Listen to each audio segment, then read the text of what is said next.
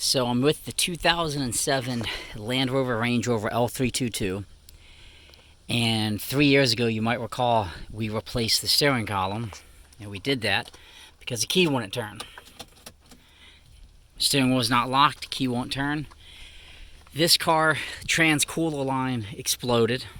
I stopped, had it towed to a shop that I work with local, and they called and said the key won't turn. And lo and behold, the same issue is back. I'm kind of frustrated because I thought replacing the column would give me at least the equal amount of time to the age of the vehicle. So I thought I would get like 10 years because I did it in 2017. It was a 10-year-old vehicle. So I said, well, a new remanufactured column will give me 10 years, but it didn't. So now what do I do? So currently I have a bypass hooked up, but you gotta hit a button or pull the fuse that I've extended into the glove box and let it sit for about 30 seconds and start it back up. Once you do that, you can turn the key as much as you want, but as soon as you pull the key out, you get what I just demonstrated. The key won't turn.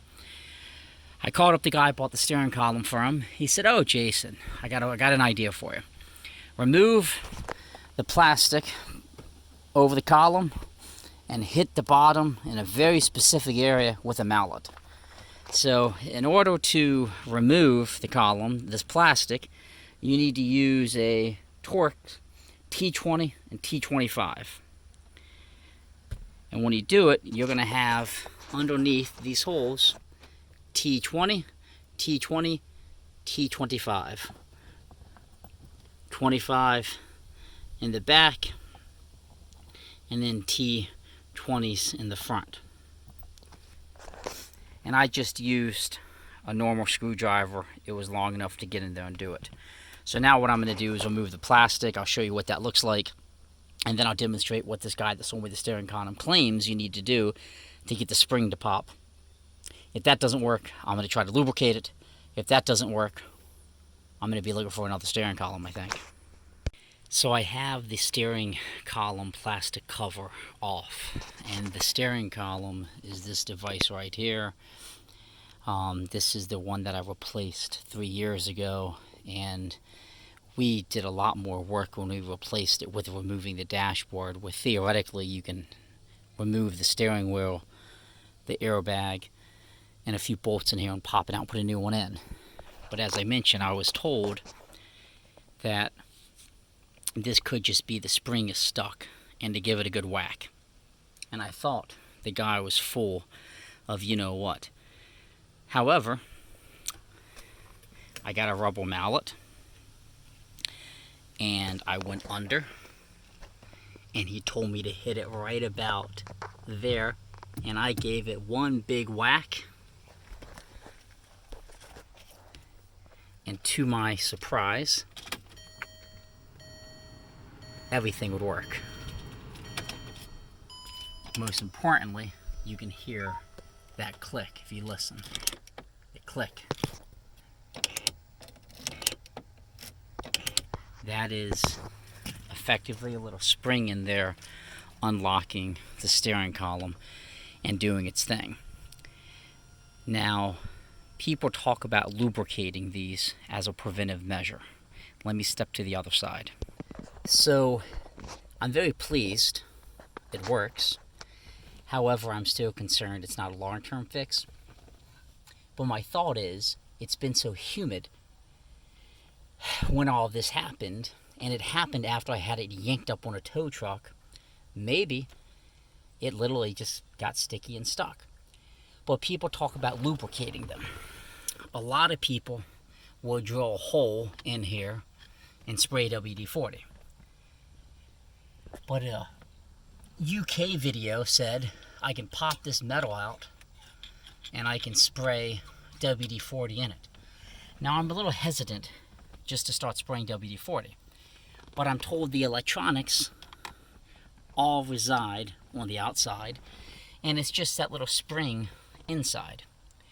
So I'm not going to drill a hole. I am going to apply a little bit of WD-40 though, which I'll show you how I'm going to do that. What I also have done on this car is we rigged up a way to pull fuse 18 easier.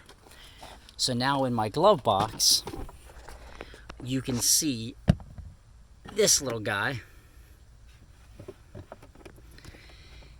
And this basically lets me pull fuse 18 without popping the fuse panel off in the back and pop it in. So this is going to be a really, really good, I think, backup. So if this happens when I'm driving, again, I don't have to disconnect the negative terminal or do a bunch of fiddling back here to get to the fuse. I'll have a write-up on how we did that in another video.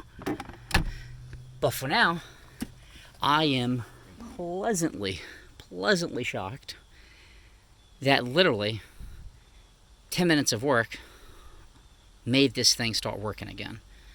Am I convinced it's going to be a long-term solution? Probably not. So let's talk about how we can lubricate it without drilling. So I've cranked the steering wheel all the way down. I made it come all the way out. And this little piece of metal in here, I'm told you can pop out. Now you may have noticed a moment ago it came up really easily. I used a paint can opener and I basically put it behind it and I pulled it. And it has these little welds kind of that hold it in place. So then I would technically do the same in the back. I would go back here, put it, and pop it up. And then that will supposedly allow me to put a WD-40 line in here and spray WD-40 that would penetrate where they say to drill. I'm going to do it very lightly and see what happens. So I got the metal out. It came out fairly easily, and the best tool I found to do it with is the paint lid opener, which you usually put under a paint lid and pop it up. It let me get behind each side and pop it up. It wasn't welded, it was just like, you know, the metal was almost like glued in there. And then I'm told I can get in here and spray a little WD-40, and supposedly that will help lubricate it. Because what I'm told is the way this is set up is when you put your key in and you hear that click, that, I don't know, a gear, I guess, moves in there or something along those lines. So I'm going to give that a shot and see what happens. I don't want to drill it, and I have the backup fuse if needed. So inside of the glove box, what we have, if you open it now and look back here, you're going to see that we rigged up this little inline fuse to basically extend the fuse to the outside. So you don't have to pop the glove box down and remove the plastic. In the event this acts up again, I can reach in here and pull that fuse, and it would theoretically, after about 15 to 30 seconds, let the vehicle start. So that's just a backup that we have. I am going to rig it up on a switch so that way it can just be a button that we hit instead of pulling it. So I have everything back together. I have the plastic back over where the steering column was. I sprayed a little WD-40 in that area. I'm not sure if that's going to leak down, but maybe with gravity it will get in there and penetrate that little spring that would pop out and got stuck. But opening it up and giving it a good whack with a rubber mallet solved my issue. I've tried the key about 50 times and everything continues to work.